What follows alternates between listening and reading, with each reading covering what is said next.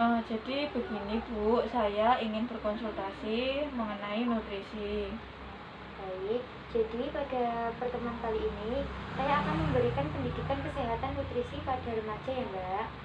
Iya Bu. Eh, Prosedur yang akan kita lakukan adalah nanti saya akan memberikan eh, penjelasan mengenai nutrisi yang dibutuhkan oleh remaja seperti Mbaknya ini. Hal ini bertujuan agar Mbak lebih memahami dan mengerti pentingnya nutrisi dan pentingnya kebutuhan nutrisi yang harus dilakukan oleh remaja. Apakah Mbak bersedia? Bersedia Bu?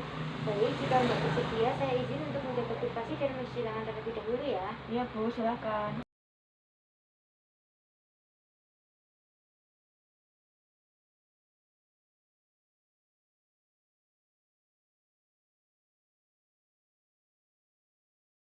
Enggak, setelah itu saya ingin melakukan pendataan pada Mbak ya. Saya akan melakukan aktivitas Mbak, menanyakan.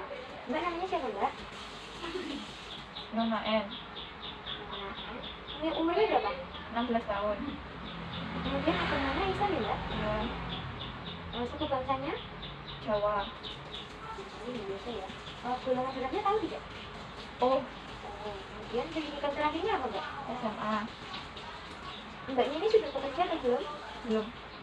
Kemudian belum nikah ya Mbak? Belum. Alamatnya di mana? Pondok Kiri. Kemudian nomor teleponnya Mbak berapa? 08 sekian sekian sekian. Baik. Saat ini apakah ada keluhan yang Mbak rasakan? Saya mengalami pusing dan dysmenorrhea. Saya tidak suka makan sayur hijau dan buah. Jadi Mbak itu sering merasa nyeri pada bagian bawah ketika haid ya Mbak? Iya. Baik. Sebelumnya saya akan melakukan pemeriksaan tanda-tanda vital kepada Mbak terlebih dahulu ya Mbak? Iya. Baik Mbak, tadi setelah dilakukan pemeriksaan tanda-tanda vital untuk keadaan umumnya cukup ya Mbak. Kemudian tekanan darah Mbak itu termasuk rendah, yaitu 90/80 mmHg.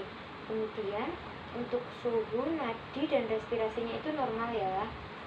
Kemudian tadi setelah kita lakukan pemeriksaan hemoglobin Mbak itu kadarnya rendah ya Mbak, itu 92%. Sebelumnya Mbak tahu tidak Mbak, kayak nutrisi itu apa?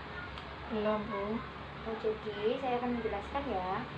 Nutrisi adalah komponen penting yang menunjang kelangsungan dalam proses tumbuh kembang, khususnya remaja. Nutrisi itu penting bagi remaja karena pada kelompok remaja mengalami pertumbuhan yang cepat untuk memasuki usia pubertas. Kebiasaan jaga, menstruasi, dan perhatian terhadap penampilan fisik pada remaja putri itu berpengaruh terhadap kebutuhan nutrisi seorang remaja. Kemudian, gizi seimbang pada remaja yang pertama, Mbak harus membiasakan makan 3 kali sehari bersama keluarga. Hal ini untuk memenuhi kebutuhan zat gizi selama sehari dianjurkan agar remaja makan secara teratur 3 kali sehari, dimulai dengan sarapan atau makan pagi, makan siang, dan makan malam. Untuk menghindarkan atau mengurangi anak-anak dalam mengonsumsi makanan yang tidak sehat dan tidak bergizi, dianjurkan agar selalu makan bersama keluarga. Sarapan setiap hari penting terutama bagi anak-anak, oleh karena mereka sedang tumbuh dan mengalami perkembangan otak yang sangat tergantung pada asupan makanan secara teratur. Kemudian yang kedua, biasakan mengonsumsi ikan dan sumber protein lainnya. Ikan merupakan sumber protein hewani, sedangkan tempe dan tahu merupakan sumber protein nabati. Protein merupakan zat gizi yang berfungsi untuk pertumbuhan, mempertahankan sel atau jaringan yang sudah terbentuk, dan untuk mengganti sel yang sudah rusak. Oleh karena itu, protein sangat diperlukan dalam masa pertumbuhan. Selain itu, juga protein berperan sebagai sumber energi. Jadi protein ini penting ya Mbak ya. Konsumsi protein yang baik adalah yang dapat memenuhi kebutuhan asam amino esensial, yaitu asam amino yang tidak dapat disintesa dalam tubuh dan harus diperoleh dari makanan. Protein hewani memiliki kualitas yang lebih baik dibandingkan protein nabati, karena komposisi asam amino lebih komplit dan asam amino esensial juga lebih banyak. Berbagai sumber protein hewani dan nabati mempunyai kandungan protein yang berbeda jumlahnya dan komposisi protein yang berbeda jumlahnya dan komposisi asam amino yang berbeda pula. Oleh karena itu, mengonsumsi protein juga dilakukan bervariasi. Dianjurkan mengonsumsi protein hewani sekitar 30% dan protein nabati sekitar 70%. Ikan selain sebagai sumber protein juga sebagai sumber asam lemak tidak jenuh dan sumber mikronutrien. Konsumsi ikan dianjurkan lebih banyak daripada mengkonsumsi daging. Sumber protein nabati dari kacang-kacangan ataupun hasil olahan lemak seperti tahu dan tempe banyak dikonsumsi masyarakat. Kandungan protein pada tempe tidak kalah dengan daging. Tempe selain sebagai sumber protein juga sebagai sumber vitamin asam folat dan B12 serta sebagai sumber antioksidan. Tempe, kacang-kacangan, dan tahu tidak mengandung kolesterol. Konsumsi tempe sekitar 100 gram atau 4 potong sedang per hari cukup untuk mempertahankan tubuh tetap sehat dan kolesterol terkontrol dengan baik. Kemudian yang ketiga, harus memperbanyak mengonsumsi sayuran cukup dan buah-buahan yang cukup. Tadi Mbak sudah bilang bahwa Mbak tidak suka makan sayur hijau dan buah ya Mbak. Padahal sayuran hijau dan buah itu sangat penting Mbak, karena sayuran hijau maupun berwarna selain sebagai sumber vitamin, mineral, juga sebagai sumber serat dan senyawa bioaktif yang tergolong sebagai antioksidan. Buah selain sebagai sumber vitamin, mineral, serat, juga antioksidan, terutama buah yang berwarna hitam, ungu, dan merah. Mengonsumsi sayuran dan buah-buahan sebaiknya bervariasi, sehingga diperoleh beragam sumber vitamin ataupun mineral serta serat. Kalau ingin hidup lebih sehat, lipat gandakan konsumsi sayur dan buah. Jadi Mbak harus membiasakan mengonsumsi sayur dan buah ya Mbak, paksa sedikit-sedikit. Konsumsi sayur dan buah bisa dalam bentuk segar ataupun yang sudah diolah. Konsumsi sayuran hijau tidak hanya direbus ataupun dimasak, tetapi bisa juga dalam bentuk lalapan mentah dan dalam bentuk minuman, yaitu dengan ekstraksi sayuran dan ditambah dengan air tanpa gula dan tanpa garam. Seperti di jus seperti itu loh ya. Klorofil atau zat hijau daun yang terekstrak merupakan sumber antioksidan dan yang cukup bagus. Sayuran berwarna seperti bayam merah, putih ungu, terong ungu, wortel, tomat juga merupakan sumber antioksidan yang sangat potensial dalam melawan oksidasi yang menurunkan kondisi kesehatan tubuh.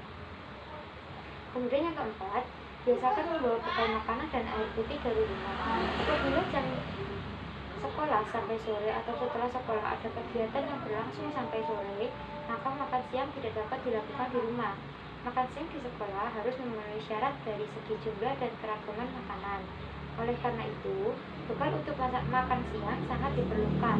Dengan membawa bekal dari rumah, remaja atau anak tidak perlu makan jajanan yang kadang kualitasnya tidak bisa dijamin. Di samping itu, perlu membawa air putih yang cukup, karena minum air putih dalam jumlah yang cukup sangat diperlukan untuk menjaga kesehatan ya Mbak. Kemudian batasi mengonsumsi makanan cepat saji atau junk food, jajanan, dan makanan gorengan yang manis, asin, dan berlemak. Mengonsumsi makanan cepat saji dan jajanan saat ini sudah menjadi kebiasaan, terutama oleh masyarakat perkotaan. Sebagian besar makanan cepat saji adalah makanan yang tinggi gula, garam, dan lemak yang tidak baik bagi kesehatan. Oleh karena itu, mengonsumsi makanan cepat saji dan makanan jajanan harus sangat dibatasi. Makanan manis, asin, dan berlemak banyak berhubungan dengan penyakit kronis tidak menular seperti diabetes mellitus, tekanan darah tinggi, dan penyakit jantung. Itulah yang dapat saya jelaskan mengenai pendidikan nutrisi untuk remaja. Apakah ada yang ditanyakan, Mbak? Tidak. Kalau begitu, saya ingin melakukan sedikit evaluasi dengan memberikan sebuah pertanyaan dan nanti Mbak harus menjawabnya ya Mbak. Baik Mbak, saya ingin bertanya, coba Mbak menyebutkan sumber protein hewani dan contoh sumber protein nabati ya. Ibu, sumber protein hewani seperti ikan, kemudian daging merah, telur, kemudian sumber protein nabati ada tempe, tahu, dan kacang-kacangan. Ya Mbak, benar sekali ya Mbak ya. Saya rasa Mbak sudah paham dengan materi yang saya jelaskan mengenai pendidikan nutrisi pada remaja. Dan di sini apakah ada yang ditanyakan lagi? Tidak Bu. Baik, jika tidak ada, Tindakan ini sudah selesai dilakukan ya Mbak. Saya izin untuk mencuci tangan dan melakukan pendokumentasian. Iya, Bu. Baik, Bu. Terima kasih atas penjelasan yang diberikan. Kalau begitu, saya izin pamit pulang ya, Bu. Ya Mbak, nanti jika ada yang ingin ditanyakan, silakan Mbak menghubungi saya ya. Kemudian untuk HP Mbak yang rendah nanti saya akan memberikan update FE penanda darah ya Mbak. Iya, Bu. Terima kasih. Ya Mbak, hati-hati di jalan. Iya.